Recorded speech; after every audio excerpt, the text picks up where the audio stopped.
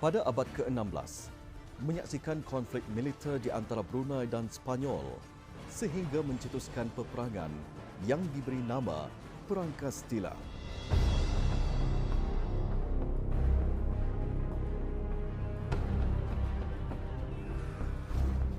Peperangan yang berlaku pada tahun 1578 terjadi kerana pihak Sepanyol ingin menyebarkan agama Kristiannya di Brunei dan seterusnya ingin melenyapkan kepercayaan agama Islam di Brunei.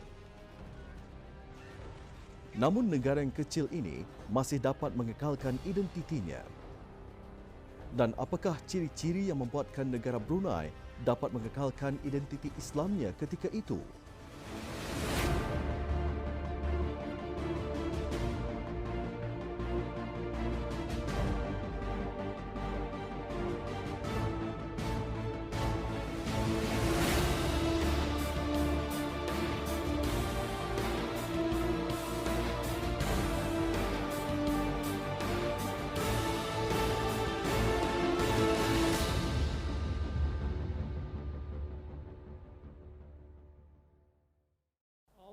Allahu Akbar.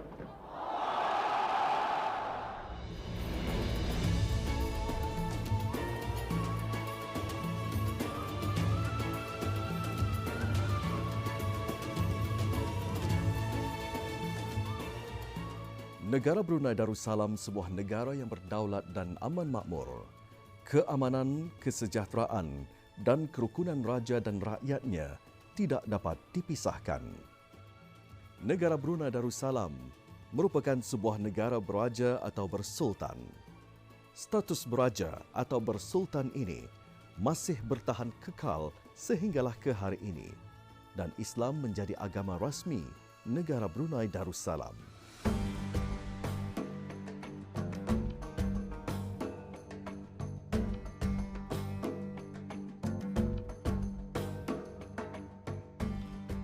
Survival Islam di negara Brunei Darussalam, jika dilihat dalam sejarah Brunei tua, penuh dengan ranjau dan liku-liku perjuangan.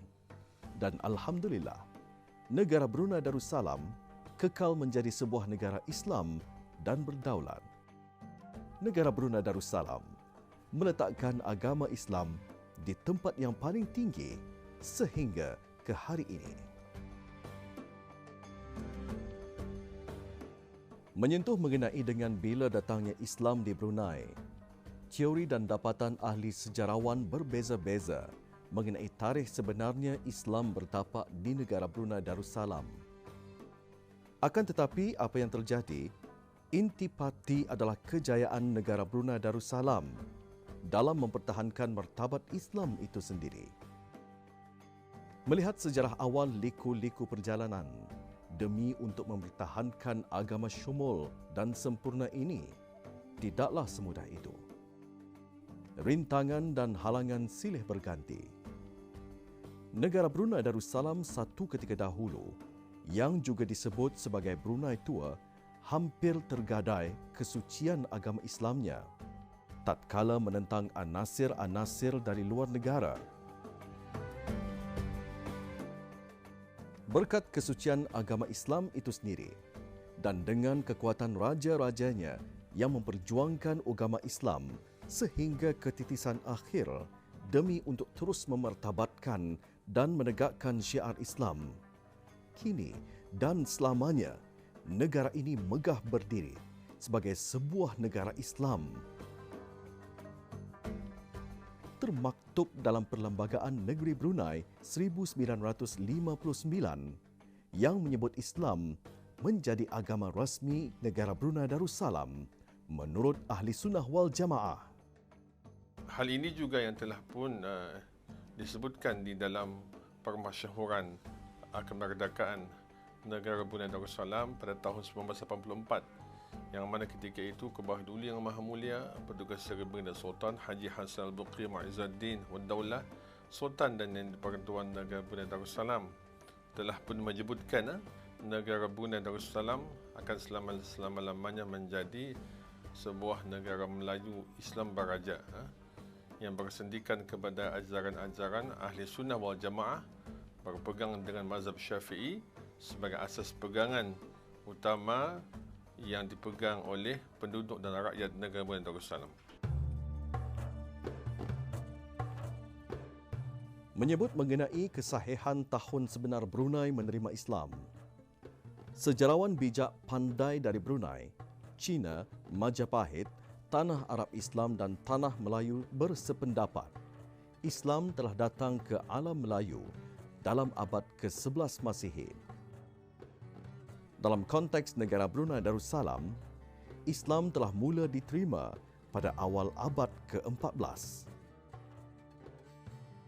Mubaligh dari luar negeri yang kebanyakannya berasal dari tanah Arab datang ke Brunei bagi tujuan perdagangan, turut menyumbang bagi kewujudan Islam di negara ini. Mereka bukan sahaja bergiat aktif dalam perdagangan, tetapi juga bertujuan untuk menyebarkan syiar agama Islam. Dengan pengislaman raja yang pertama, iaitu Awang Alak Betatar, yang memilih nama Islamnya sebagai Sultan Muhammad Shah, jelas Brunei dengan rasminya menjadi negara Islam dan pengukuhan ajaran agama Islam terus diperkasa oleh raja-raja yang memerintah selepas Sultan Muhammad Shah. Bila kita melihat di dalam catatan sejarah perkembangan Islam di negara Brunei Darussalam terlebih dahulu, kita melihat Islam ini telah berwujud pada zaman abad yang ke-15. Ketika itu Awang Alak Betatar yang memeluk Islam dengan nama Sultan Muhammad pada ketika itu merupakan asas bagi perkembangan Islam di negara Brunei Darussalam. Kemudian diteruskan lagi dengan kemuncaknya ketika Sultan Sharif Ali, Sultan Brunei yang ketiga, iaitu seorang dai daripada Taif Yaman, telah berkahwin dengan anak Sultan Ahmad pada ketika itu dan seterusnya menjadi Sultan Brunei yang ketiga.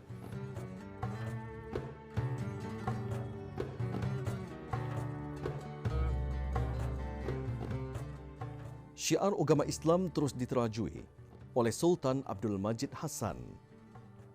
Ia kemudiannya terus bercambah apabila Sultan Sharif Ali yang juga dikenali sebagai Sultan Berkat, iaitu Sultan Brunei yang ketiga, menerajui takhta. Baginda terus mensyiarkan empayar Islam di Brunei dengan mengatur dan memperbaiki sistem pemerintahan negara yang berlandaskan syariat Islam.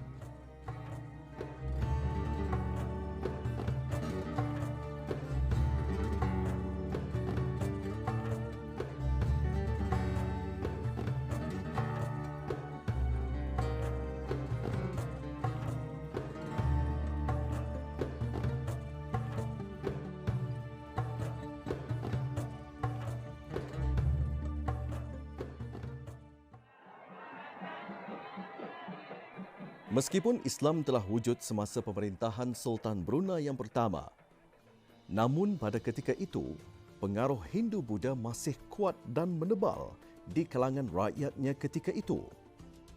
Islam semakin kukuh apabila Sultan Sharif Ali menegakkan syiar Islam.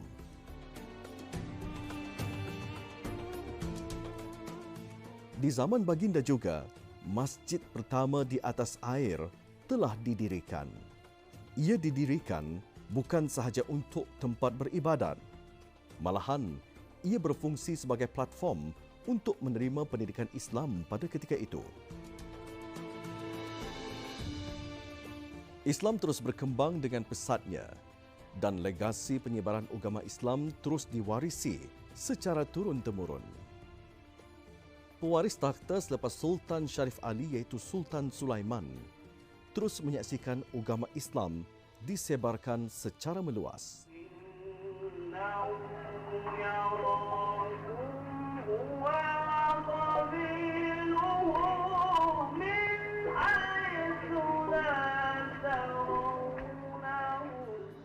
Zaman silih berganti. Agama Islam di negara Brunei Darussalam semakin berkembang. Brunei menjadi sebuah empayar Melayu Islam yang sangat kuat dan berpengaruh. Sistem pentadbiran hal ehwal agama juga turut diperbisaikan dan berlandaskan syariat Islam.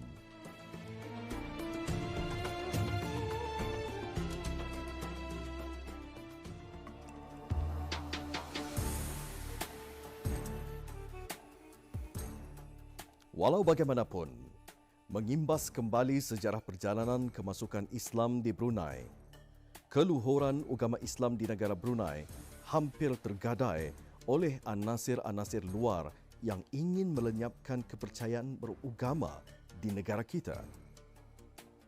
Perang Kastila yang berlaku pada abad ke-16 menjadi saksi kekuatan Brunei dalam mempertahankan agama Islam. Perang yang berlarutan selama 75 hari itu berjaya menyingkirkan orang-orang Sepanyol. Berkat kepimpinan rajanya dan dengan kekuatan bala tentera, berserta dengan rakyatnya yang taat menjunjung rajanya ketika itu, negara kita berjaya mengekalkan kesucian agama Islam.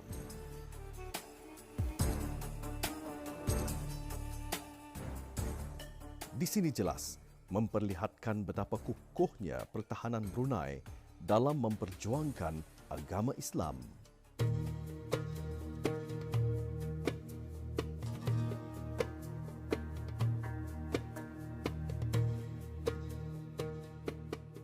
Bermula dari sistem pemerintahan yang berlandaskan ajaran agama Islam dan mengambil undang-undang Islam yang disebut hukum kanun, Brunei mula mengembangkan kepercayaan beragama dengan berhimpun di rumah-rumah dengan niat untuk menyebarluaskan lagi pengetahuan agama Islam.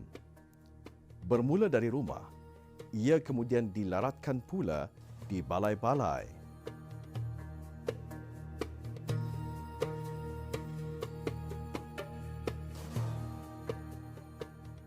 Kepekaan almarhum Sultan Haji Omar Ali Saifuddin agar ajaran agama Islam berjalan seiring dengan mata pelajaran yang lain, sekolah rendah agama juga mula didirikan. Tahun 1956 menyaksikan sekolah rendah agama yang pertama telah didirikan.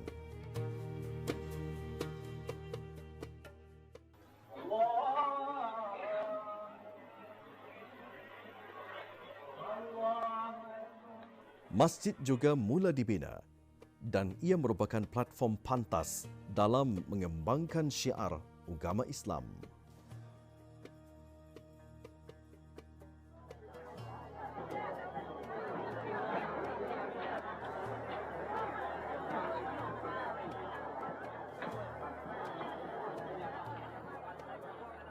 Abad ke-20 menjadi saksi kepada semakin semarak dan berkembangnya agama Islam berkat kepimpinan almarhum Sultan Haji Omar Ali Saifuddin.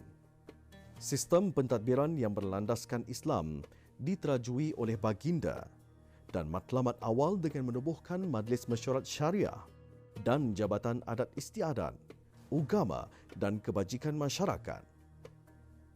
Demi untuk mengukuhkan lagi peranan, ia kemudian digabungkan menjadi Jabatan Hal Ehwal Agama. Jelas, pentadbiran berlandaskan ajaran Islam terus dimartabatkan dan struktur keagamaan berjalan secara bersistematik dan teratur dan akhirnya ia dijadikan sebuah kementerian di bawah nama Kementerian Hal Ehwal Agama.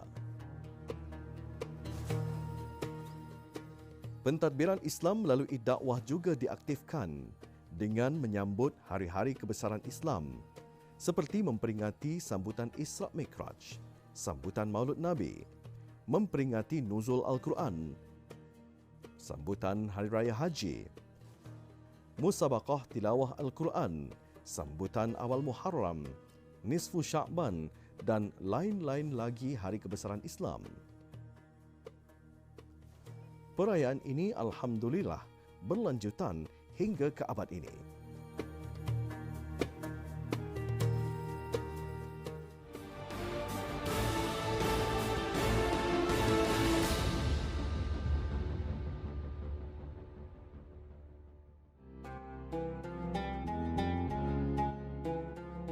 Pembinaan masjid di negara Brunei Darussalam semakin rancak dan semarak semasa pemerintahan Sultan Muhammad Jamalul Alam II.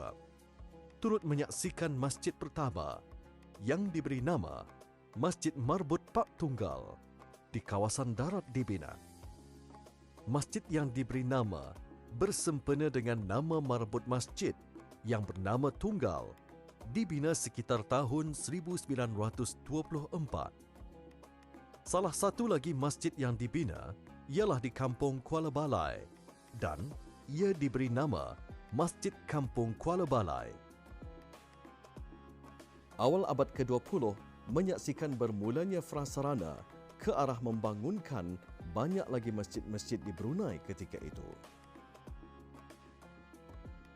Bermula dari masjid yang hanya didirikan menggunakan atap dari daun rumbia dan bertiangkan kayu.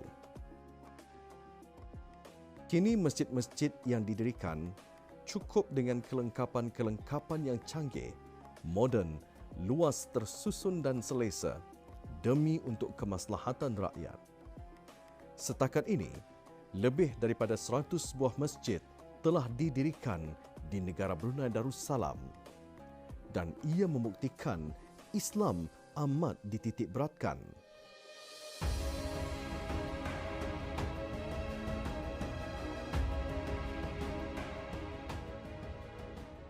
Mengamalkan ideologi Melayu Islam Beraja atau ringkasnya MIB sebagai falsafah negara, Kebawah Duli Yang Maha Mulia Paduka Seri Baginda Sultan Haji Hassan Al-Bolkiah Mu'izzuddin Wad Daulah, Sultan dan Yang di-Pertuan Negara Brunei Darussalam berhasrat untuk menjadikan negara ini sebagai sebuah negara zikir. Titah Kebawah Duli Yang Maha Mulia sempena Hari Raya Aidiladha pada tahun 1428 Hijrah bersamaan dengan tahun 2007 Masihi menekankan bahawa Baginda akan terus berazam untuk menjadikan negara Brunei Darussalam sebagai sebuah negara zikir dan sentiasa mengagungkan Allah. Ini membawa maksud bahawa ia perlu usaha yang berterusan seperti membudayakan pembacaan Al-Quran baik di institusi kerajaan ataupun di sekolah-sekolah. Ini adalah kemuncaknya. Kita ini melihat Ketanian ini adalah sebuah negara zikir yang sentiasa mengingati Allah Subhanahu Wa Taala dalam apa juga urusan aspek yang kita ini lakukan. Dan begitu juga kita melihat bagaimana Baginda menyebutkan dalam kitab Baginda mengenai dengan keperluan untuk melazimkan dan mengamalkan membaca Al-Quran sebelum kaki tangan dan pegawai menjalankan tugas masing-masing di pejabat dan juga kementerian masing-masing.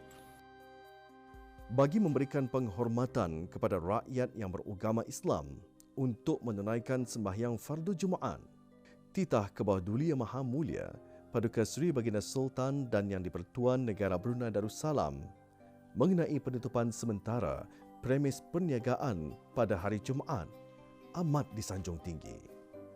Firman Allah Subhanahu Wa Taala dalam surah An-Nisa ayat 59 tafsirnya, "Wahai orang-orang yang beriman, taatlah kamu kepada Allah dan taatlah kamu kepada Rasulullah dan kepada ulil amri, yakni orang-orang yang berkuasa dari kalangan kamu."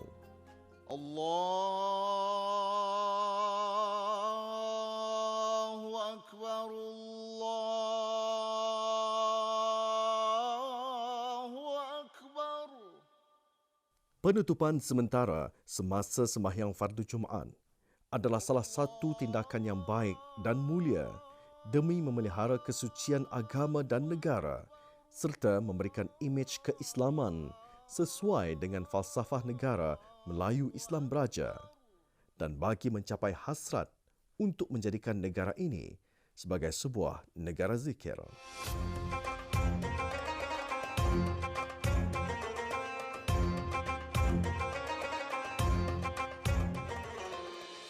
Perintah Kanun Hukuman Jenayah Syariah pada tahun 2013 turut diimplementasi dan ia dilaksanakan secara berperingkat dan dijalankan sepenuhnya pada April 2019. Hukum syariah tersebut berlaku kepada sesiapa pun tanpa terkecuali yang diterapkan pada 1 Mei 2014. Ia merupakan pencapaian besar kerana dengan kata lain bermaksud negara Brunei Darussalam melangkah maju untuk menjadi negara Islam seutuhnya sesuai dengan ajaran Al-Quran. Ya Allah, peliharalah Sultan kami dan kurniakanlah taufik dan hidayat-Mu kepada baginda. Mudah-mudahan baginda akan sentiasa menjadi pemimpin kami ke jalan yang Engkau ridai. Rakyat negara Brunei Darussalam seharusnya menzahirkan rasa syukur dan terima kasih kerana dengan kepimpinan ke bawah Duli Yang Maha Mulia, Islam terus berdiri tegak baik dari segi pentadbiran, sosio-budaya dan kehidupan sehari-hari. Ia bermula dari Sultan Brunei yang pertama sehinggalah kini Islam terus diwarisi.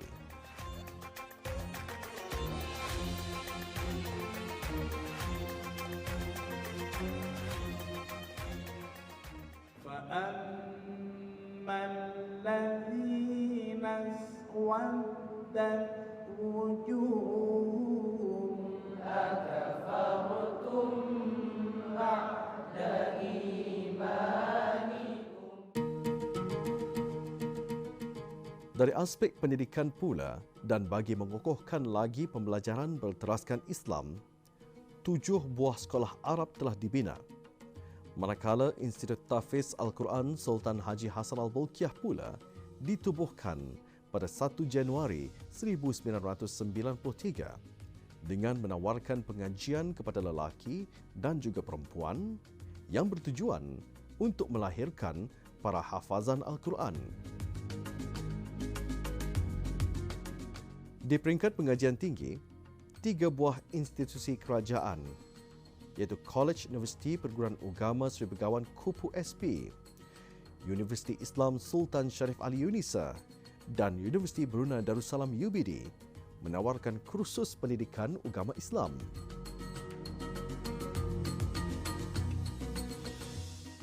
Melayu Islam Beraja sebagai falsafah negara menjadi norma dalam kehidupan berbangsa dan bernegara dan menjadi asas perumusan dasar negara.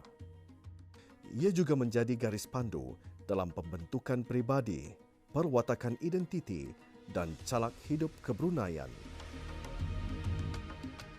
Cara hidup dan pentadbiran yang mengikuti lunas-lunas Islam yang cekap, bersih dan amanah tetap akan menjamin perpaduan kebangsaan oleh kerana unsur toleransi dalam Islam.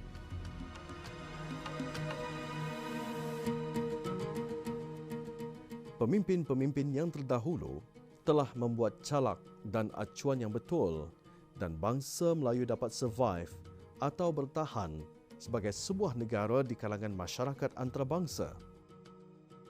Islam juga berperanan sebagai benteng di dalam mempertahankan identiti kebangsaan.